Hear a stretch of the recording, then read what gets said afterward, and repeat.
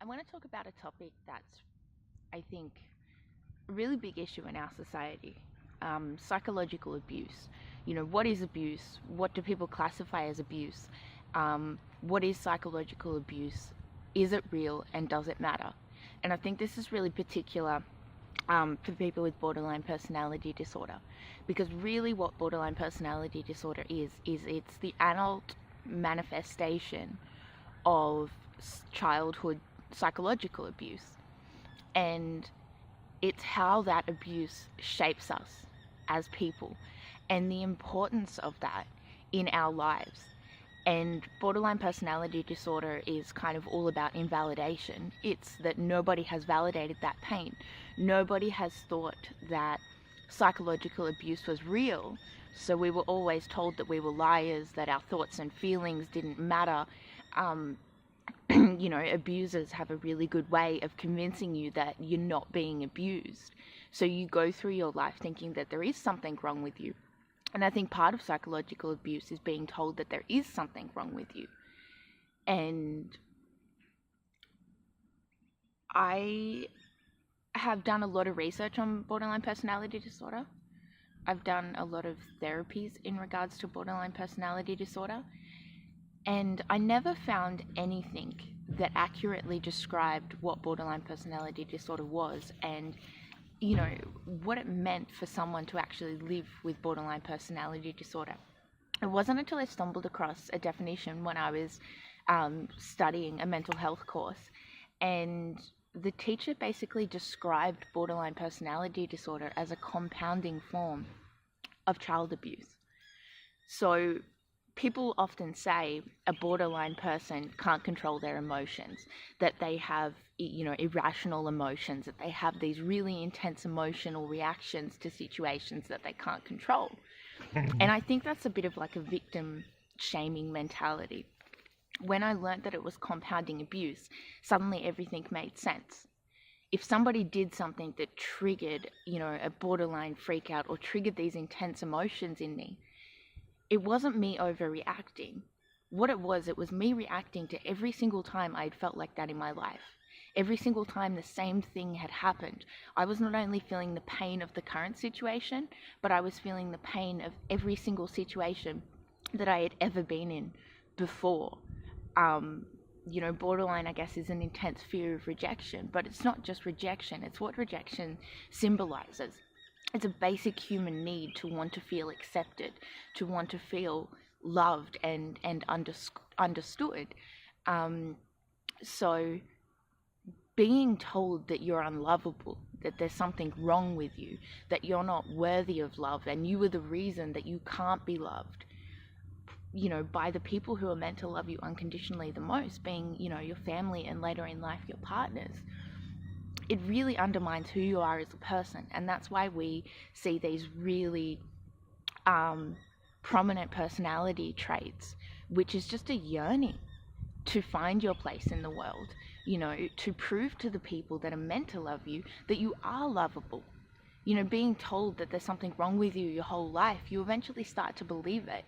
And in such a fundamental part of your upbringing as a child, to hear that from your primary caregivers, people who are just meant to love you because they brought you into this world, is really hurtful. And I think that changes you as a person. That definitely gives you these personality traits that can be quite unhealthy. The reason it's called borderline personality disorder is it's not really a personality disorder, but it's on the borderline of a mood disorder and a personality disorder. So it does alter your personality, but it doesn't mean you have multiple personalities. There's nothing like that. It just means you have certain traits. And I think a lot of doctors will try and tell you at first that you have borderline traits. And I was told by my psychologist that that's just an easy way to ease them in to the diagnosis.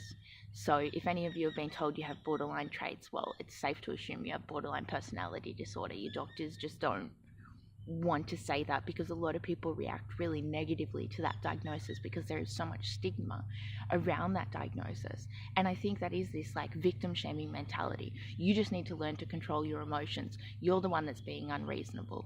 You need to deal with your shit. And I always use this analogy to people when I'm explaining it. If I say to someone, this pen means a lot to me, and you sit there and go, it's just a pen, like, what are you talking about? It doesn't mean a lot to you. Well, like, who are you to really sit there and tell me what I think and what I feel? Who are you to tell me what is important to me and what isn't important to me? You sitting there and telling me that I'm not angry and I'm not upset is not going to change the fact that I'm angry and upset. All it's going to do is escalate the situation. My psychiatrist likes to tell me that I get a megaphone out when I'm not being heard and when I'm not being listened to. And I mean, you can listen to the words I'm saying, but if you don't understand it, if you don't accept it, if you don't absorb it, then you might as well be not there and not listening at all. And I think that is the reason we have these overreactions, because it's a build-up. It's saying to someone, I'm hurt and I'm upset, and they're saying, no, you're not. And then you go into this, I need to prove to you how upset and how angry I actually am. And the more someone denies you your truth, the more you're going to prove to them that what you feel is real. And I think that's where you escalate, and it starts off as a normal conversation and then turns into screaming and then turns to these, big outbursts and actions to be like, I am fucking angry and sad. You need to understand that. And when people don't, it sort of undermines everything, because saying to someone that their thoughts and feelings aren't real, that their thoughts and feelings don't matter, basically you might as well be saying to them, you don't matter. Because if my thoughts and feelings don't matter, and that's a huge part of who I am, then you're undermining everything that I am. And it really, I guess, just perpetuates this cycle of, I'm crazy, I'm unrealistic, I'm unlovable, I'm unworthy, I don't deserve to be alive. And I think that is what borderlines struggle with the most. And treatment for borderline is a lot of psychotherapy, a lot of DBT, and a lot of medication for the depression sides of things. And I think you'll see a lot of borderlines obviously self-harming, because that's a way of validating their pain, of screaming out to the world, what I feel is real, and I am in pain. You can see it now because I've cut myself. And I know that's what my tattoos symbolize as well. It was either I cut myself or I get tattoos, because it was a way of representing a moment in my life that was significant to me that nobody else would recognize. And I think, it's natural for children and it's natural for people to seek outside validation, because it's this, primitive psychological yearning to be accepted and to be part of a group. And I think when you're rejected and you're not granted acceptance into a group, in a family group or in a relationship, it really, I guess for lack of a better word, fucks with your psyche.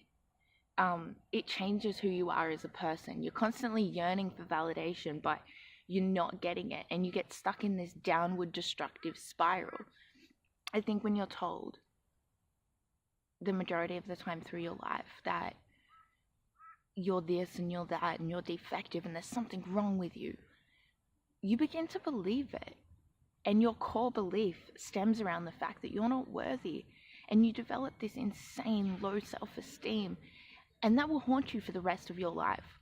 I know when I was a child, I learnt pretty quickly that the saying, sticks and stones will break your bones, but names will never hurt me, is completely false. Because you can physically hurt me, and it will hurt for a second. But those words that you speak telling me that I don't deserve to be alive, that there is something wrong with me, they will haunt me for the rest of my life. And that pain can last a lifetime. It's like physical abuse hurts you on the outside, but psychological abuse hurts you on the inside. And I honestly think our mind and our experiences are sort of shaped by everything that's ever happened to us. And I like to imagine my mind as like a garden. And my experiences are like seeds that have been planted into my mind. Negative experiences plant these destructive seeds that turn into thorny bushes. If you have enough negative seeds laid in your mind, eventually you'll be living in this desert wasteland. And at the same time, when people plant really positive seeds in your mind, they can grow into beautiful flowers. And some people have these minds that are just incredibly full and luscious and green with beautiful flowers everywhere. But then there are some of us that had a different upbringing, different seeds planted in our mind, and you know, what's going on in there is a really dark forest that is just completely terrifying to live in. So then the world that we experience is gazing through that really dark forest, whereas a lot of other people are gazing through this beautiful garden, and they can't understand why we are different. They can't understand the experiences that we've had and the way that they have negatively shaped us. And even two people brought up in the same family can, you know, experience things differently. And that's why I like to talk to people about this idea of like the ultimate truth. Everybody believes in that there is one truth, but I honestly believe that everybody has their own truth, and you have no right to deny someone their truth. You could be watching this video, and out of everyone else watching the video, you can have a different experience with it. And that doesn't mean any of you are right or wrong. You know, you're all right. You all experience it differently, and you're entitled to have those thoughts and feelings, regardless of whether someone else thinks they're rational or not, because it doesn't change the fact that they're real to you and that you're the one experiencing them. And I think when people get to this idea of what's right or wrong, it's really a big thing with abuse. Because I was always told that abuse was when someone physically hit you. I mean, even in abusive relationships that I had had with physical abuse, it was like, if I don't hit you, it doesn't count. But really, abuse is a wide range of things. If someone's pulling at your clothing, if someone's touching you in a way that you don't want to be touched, if someone's throwing something at you, if someone's pushing you around or pushing you down onto the ground, you know, if someone is doing anything that makes you feel uncomfortable, then you have a right to speak up. And I find it really hard to speak up. I feel really bad for the abusers in my life. I don't want anyone to feel bad. So I will sacrifice myself and I will not bring things up to a detriment to myself. And I think that's a major problem in our society, where people don't believe in psychological abuse, or that psychological abuse isn't as prominent as other types of abuse. But honestly, I think it's the most prominent, and I think it's, you know, people don't bring attention to it as much as it needs to be brought attention to, because it can honestly be the most destructive. It sort of winds around your insides. It's like an infectious disease, a cancer that's been planted in you, a seed that grows, and it sort of eats away at everything that you are, until you get to the point where you feel completely hollow, completely empty, and you feel so broken inside. And, you know, people can look at you and people can say that you're broken. And I always feel like I'm always at the point of falling apart, but I hold myself together. And just because I hold myself together doesn't mean that my pain is any less significant. In my life, I've just learned to be really good at picking myself up, at putting myself back together every time I fall apart. You know, and I look like a whole and functioning and complete individual, but there is so many cracks in my body. There is so many cracks in who I am. And I've just glued myself back together piece and piece every single time. But you sort of get more shattered each time it happens. So it's like you get weaker and weaker and weaker over time. And it really makes it hard to get close to anyone, because you push everyone away, because there is fears everywhere. It's like your mind is a battlefield, and there's landmines everywhere. Every single time someone has made you feel like that, someone has made you feel unloved, someone has made you feel rejected, someone has told you that you don't belong, that you'll never be accepted, that you're defective, that there's something wrong with you, they're stored in your mind. So every single time that happens again and again, it's like a landmine just blowing up in your face. And all of a sudden, that chain that links this moment back to every single moment in your life just pulls you down, and it strangles you. And you're so consumed by emotion, you just don't want to be alive anymore, because you don't want to live in a world where people can make you feel like this.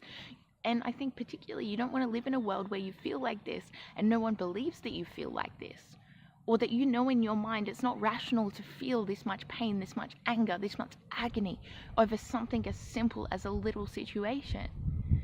But there's really nothing you can do about it. There's not a lot of people that you can talk to about it that will completely understand you. And I had a situation where I went to my boyfriend's house the other day, and we'd been spending a lot of time with his housemates, and I get drained in social situations. You know, I don't really have a social life because I find it really hard. I get really embarrassed when I go into a social situation, and then I feel like I'm trapped, like there's nowhere to run, and I retreat. And then I just feel so embarrassed that I couldn't handle such, you know, like a simple barbecue. So wanting to spend time with my boyfriend, but having to spend time with his housemates drains me. And it shouldn't drain me, sitting there just having a conversation with some people, just being present. And I just get to this point where I completely shut down, where I completely freak out. And I'm just so angry at myself for feeling like that, because I shouldn't feel like that, but I do. And that when other people start to see that I feel like that, they're like, what's wrong with you? What's going on? You seem really distant. You seem really quiet. You seem really agitated. And I'm like a caged animal, like a dog that's ready to bite because I'm completely and utterly terrified. I find that really hard to deal with. And I remember having a conversation with my father, where he basically told me that everything that ever happened to me throughout my life was completely my fault. The way that he treated me, he admitted there was something wrong with it, but there wasn't something wrong with it because I deserved it. So he justified the things that he said and the things that he did and the way that he treated me because I deserved it. So I grew up through my whole life thinking that I deserved it. And I also spent a lifetime trying to figure out what was wrong with me. What was so wrong with me that my own parents couldn't love me, that they couldn't accept me for who I was? What made me so defective? And they could never answer that question. And I had two explanations for that. It's been my doctors and therapists over the years that told me, Jess, maybe there was nothing wrong with you. Maybe there was everything right with you. Maybe you were just a smart, intelligent girl that couldn't be controlled, that didn't do as she was told, not to be defiant, but because she wanted to do what she thought was right. And that she was around people that just weren't capable of understanding her and understanding the way that she sees the world. So they tried to make me see their truth because it was the only truth that mattered, and they were unwilling to accept my truth. And I think when you're as perceptive and self-aware as I am, it's often unspoken words that hurt the most. You know, the cold shoulders, the being around people's presence, the lack of conversation that really instills in you, they don't care enough to understand me. They don't care enough to make this right because they've already made up their own minds. And my doctors, when they met my parents, they said, you know, your father actually has a lot of anger towards you. And they said, do you think you have any idea of where this anger came towards?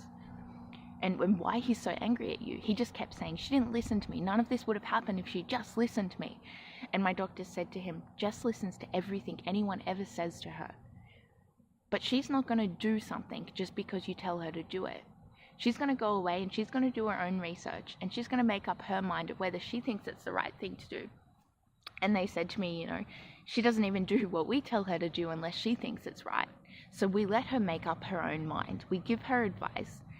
We don't tell her what to do, because the second you give a demand, you give a command, she's automatically like, no, I'm not going to do that just because you say I do it. So I thought that was part of it. I also thought another part of it, which was something I actually woke up the other morning to, hearing my dad have a conversation with someone else.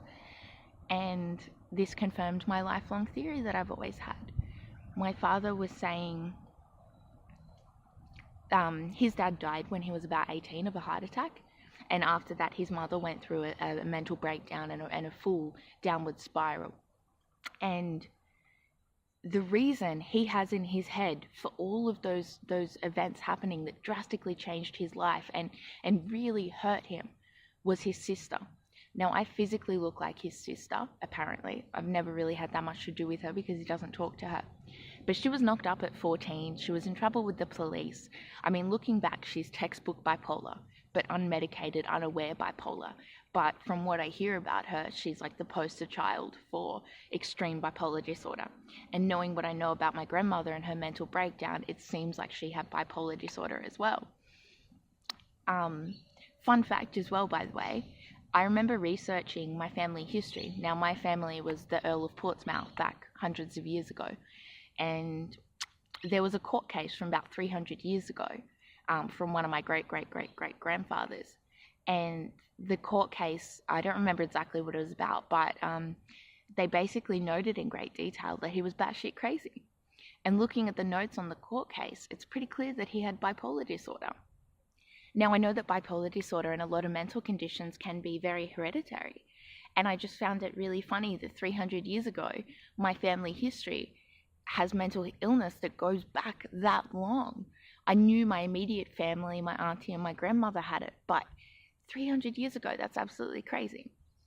Anyway, my dad admitted that he blamed his sister for the death of his father. You know, having to raise his grandchild stressed him out, and her and all her troubles stressed her out so much that that was the reason he had a heart attack from stress. And he blames her for, you know, my grandmother getting sick, and I guess everything that happened after that. There's a really long dramatic history. And as a result, my father has always been really terrified of dying in his 50s, of just dropping dead of a heart attack. So he's done everything in his power to prevent that from happening. But what we know is that people's greatest fears tend to come true.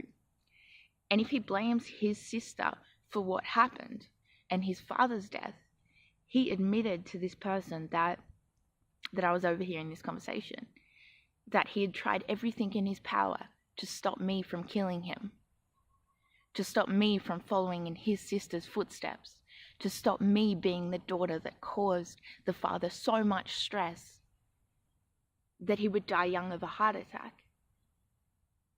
And I'd always felt like I'd been punished for these crimes I'd never committed, and I was trying to work out what these crimes were.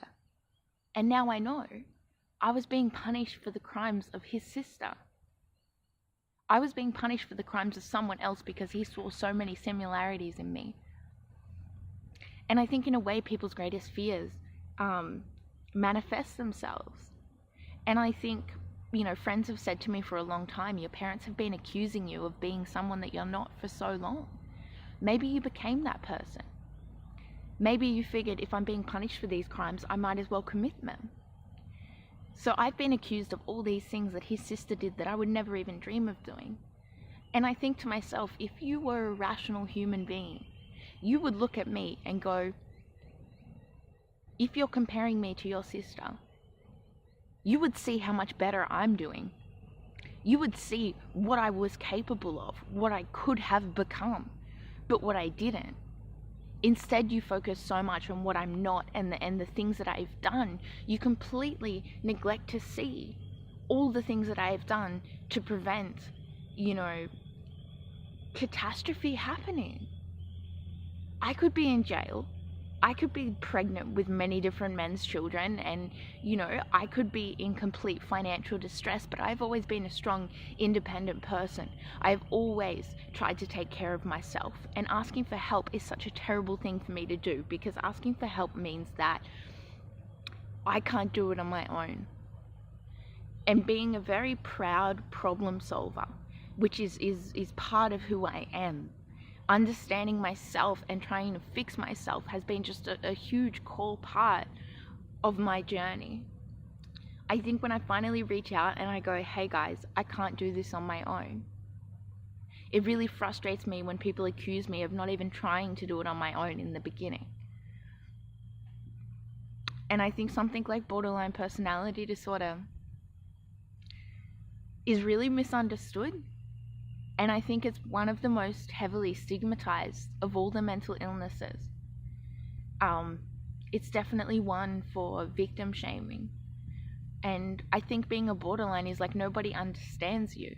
And there's lots of different lines of thought for that. You know, maybe I was different to begin with, but maybe I wasn't defective. Maybe I was just capable of empathizing with others. Maybe I was capable of feeling and seeing things that other people couldn't see. Not in a psychotic or a fantasy or imaginary way, but maybe I was just so in tune with the world. I could see things that they couldn't even believe exist. And I felt things in a very different way. I was always deemed like irrational, like I was feeling things that weren't there, but they were there to me. And I think, I know there's a lot of medication and there's a lot of treatment, but for me, finding my boyfriend now, currently, has been the best borderline cure. I mean, relationships are really scary as a borderline because it can be the worst thing that's ever happened to you.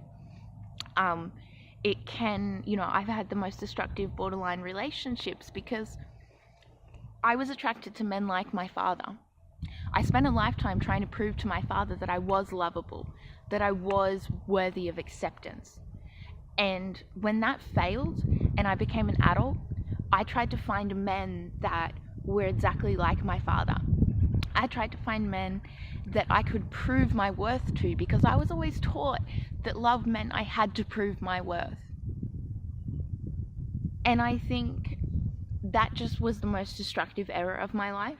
But I learnt some very valuable lessons through those experiences. And I think dating those men in those really manipulative, abusive relationships really taught me a lot about myself, and it taught me a lot about my relationship with my father. And I just had to come to the conclusion that I was trying to prove my worth to people that were incapable of seeing it. And that wasn't my fault. That didn't mean there was anything wrong with me. It was one of my doctors that said there might be everything right with you. And I think you can find someone to perpetuate that cycle. You can get stuck in that, I need to prove my worth, because when your partner starts to reject you, it reminds you of being rejected by your family. And not only is the relationship failing, but you're failing at your primary goal, which is to prove your parents wrong, to prove that you are a worthy person, that you are lovable, that you deserve to walk this earth. And the more shitty relationships you get yourself into, the more of this borderline trap that you fall into, you perpetuate that cycle, and every single time it gets so much worse. And I always was very communicative to my partners. Like, people say to me, if you can't make someone understand mental illness or what you're going through, then no one can. And if you're dating someone with borderline personality disorder, or I think just general advice for everyone, the best thing that you can do to diffuse a borderline is to tell them that they matter, that their feelings matter. If I say to you, what you did really hurt my feelings, and you deny it, I'm just going to get louder and more extravagant, trying to prove to you that I am hurt and that my feelings are real. But if you just simply, on the first time that I tell you I'm upset, if you say, I understand, I get that you're upset, you're allowed to be upset, it doesn't mean that you're accepting blame for that. And I don't think borderlines should go along saying, I blame you for how you make me feel. But there is a cause and effect there. So it is okay to say to someone, look, what you did made me feel like this. And I think people need to understand that that's not, ping-ponging blame around. That's really just someone trying to communicate that I have this trigger within me that really makes me feel uncomfortable, that really makes me feel unsafe, unhappy, and really undermines who I am as a person. Sometimes to the extremes of, I just want to kill myself because this feeling is too overwhelming and I don't want to feel like this. And all you need is someone to understand that you feel that way. And then suddenly, I know personally, I just go, oh, okay, yeah, cool, okay, like, you heard me, all right, I got my point across, I'm cool now, and automatically those feelings just completely subside. So I am really happy that I found someone in my life that is capable of doing that. And I don't have to sort of explain it and always explain myself. I just found a type of person that goes, okay, I understand that you're upset. Maybe I don't understand why, but I get that you're upset. And automatically my emotions drop. Automatically I feel like I'm being heard, and suddenly it's not a big deal anymore. And on that note of finding someone, I really don't think you should go out looking for someone. I think you really need to figure out who you are as a person before you're even capable of finding, the perfect partner. It's a really big soul-searching journey, and I'm not saying that you shouldn't date people in between, because you really need to find out how you need to be loved. And I think it's okay to admit that maybe you need to be loved in a different way to other people, because we all need to be loved in different ways. I know the only way I can feel loved is if I'm heard, if I feel like I'm being understood, and if someone spends quality time with me. Because giving me gifts, giving me acts of service, all those sorts of extravagant things mean nothing to me. All I want is someone to spend their time with me, because I never had any, or I guess the fondest memories I had of my father was when he spent time with me.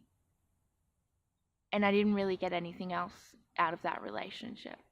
So depending how our parents loved us has a really big effect on how we want to be loved in our relationships. And being respectful of each other in that regard is really important. And after my last relationship that almost killed me,